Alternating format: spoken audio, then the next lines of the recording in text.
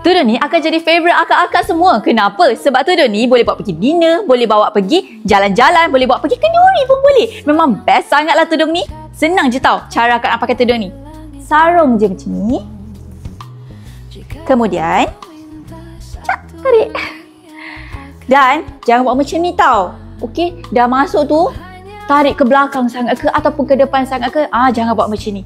Tak cantik nanti tau. Okey, buat macam ni. Kemaskan. Tarik dua-dua bahagian dalam dan luar. Tarik ke belakang. Kemudian kemaskan. Okey. Kemudian lipat je macam ni. Nampak tak? Sekali lipat je. Dah boleh jadi tudung ni. Kemudian ambil bahagian yang ni. Letak dekat belakang dulu. Okey. Kemudian bahagian ni awak tarik je pergi sini.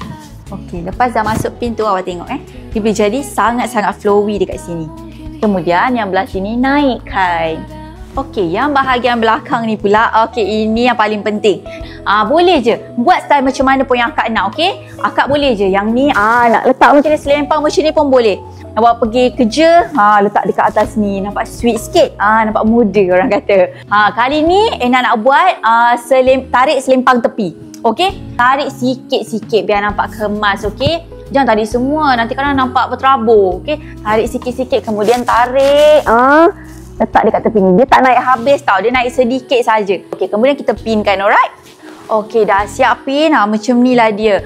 Nak tutup dada sepenuhnya, boleh try yang style macam ni. Cantik orang kata.